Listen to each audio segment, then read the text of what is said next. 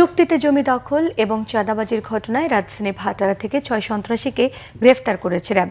শুক্রবার রাতে বসুন্ধরা আবাসিক এলাকা নিউ ইয়র্ক ম্যাজিক টাওয়ার ভবনের একটি ফ্ল্যাটে অভিযান চালিয়ে রফিকুল হাসান ফ্রান্স, রিয়াজুল কামরুজ্জামান, আলম আলামিন নয়নকে গ্রেফতার করেছে র্যাব।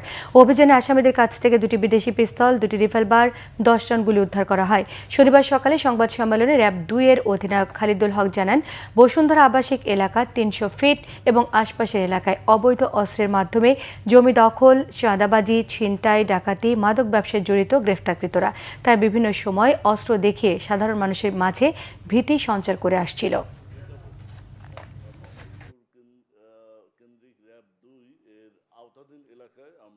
ধন্যবাদ। আপনার প্রথম প্রশ্ন, সে আগে আমরা কখনো গ্রেপ্তার করিনি। এই রকিবুল ইসলাম ফ্রান্স আমাদের হাতে প্রথম গ্রেপ্তার হয়েছে, বাট ক্রাইম ম্যানেজমেন্ট ডাটা পর্যালোচনায় দেখা যায় তার বিরুদ্ধে আগে থেকেই হত্যা মামলা, ডাকাতি মামলা এবং অস্ত্র মামলা রয়েছে।